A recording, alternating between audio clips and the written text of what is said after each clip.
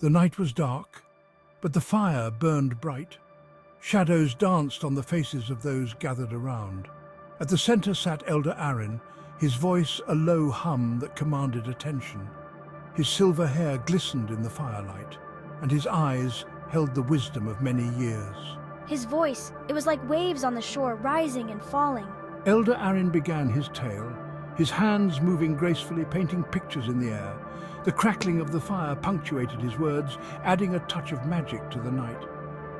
Each story he told was a thread in a tapestry of the past, weaving lessons and history into the present. We sat cross-legged, eyes wide with wonder. Elders leaned in closer, their faces soft with nostalgia. The stories were ancient, but they felt alive, relevant.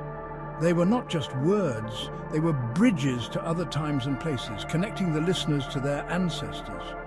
The fire crackled and popped, sending sparks into the night sky. Elder Aaron's voice grew softer, drawing the listeners closer. He spoke of heroes and monsters, of love lost and found. Each tale was a gift, a piece of the past handed down to the future. The audience was a mix of young and old. The children, with their bright eyes and eager expressions, hung on every word. They saw the heroes in their mind's eye, felt the excitement of the adventures. They imagined themselves in the stories, brave and bold, wise and kind. We could almost feel the excitement of the adventures. The adults, too, were captivated. For them, the stories were more than entertainment. They were memories of their own childhoods, echoes of voices long gone. As they listened, they felt a deep connection to their roots. The stories reminded them of who they were and where they came from. Elder Aaron's voice carried us all back in time. They saw the ancient villages, felt the warmth of the sun, and heard the laughter and tears of those who lived long ago. The stories were a living memory, a way to keep the past alive. The firelight flickered, casting long shadows on the ground.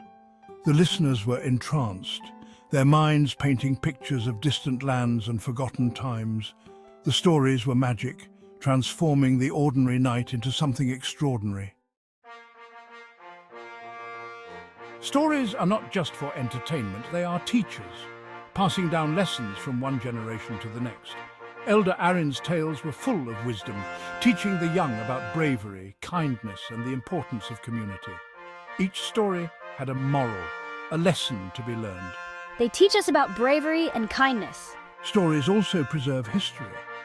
They keep the memory of the past alive, ensuring that the deeds of the ancestors are not forgotten.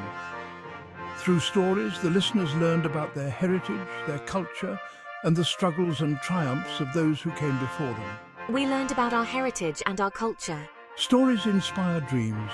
They show what is possible, igniting the imagination. The children who listened to Elder Aaron's tales saw themselves as heroes, capable of great deeds. The adults too were inspired, reminded of their own dreams and ambitions. The fire burned brightly, a symbol of the light that stories bring.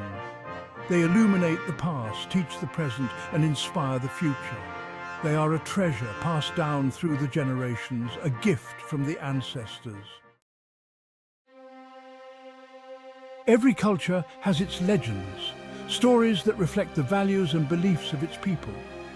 From the brave samurai of Japan to the wise elders of Africa, these tales share common themes. They celebrate bravery, wisdom, and love, universal qualities that resonate with listeners everywhere. In the tales of the Native Americans, the trickster coyote teaches lessons about cleverness and folly. The stories of the Greek heroes like Hercules and Odysseus celebrate strength and cunning. In African folklore, Anansi the spider is both a trickster and a wise figure, teaching the importance of intelligence and resourcefulness.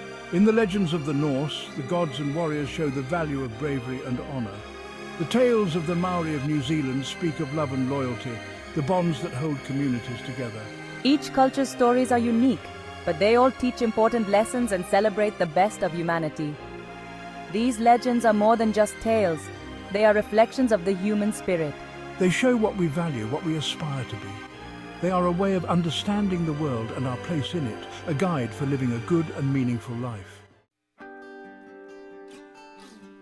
Keeping these stories alive is crucial. They are the lifeblood of culture, a way to connect the past to the present and the future. Without them, we lose a part of ourselves, a part of our history and our identity.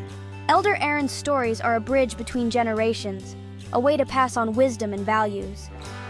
In a world that is constantly changing, these stories provide stability.